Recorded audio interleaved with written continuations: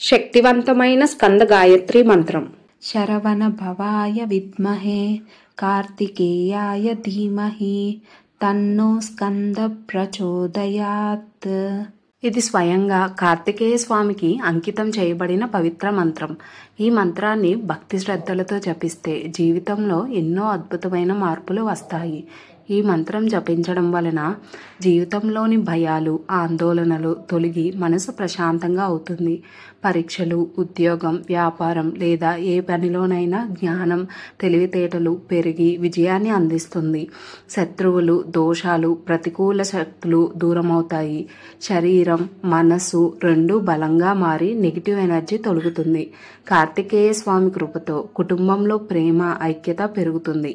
ఈ మంత్రాన్ని ఉదయం లేదా సాయంత్రం శుభ సమయాల్లో 9, 27 లేదా 108 సార్లు జపించడం ఉత్తమం.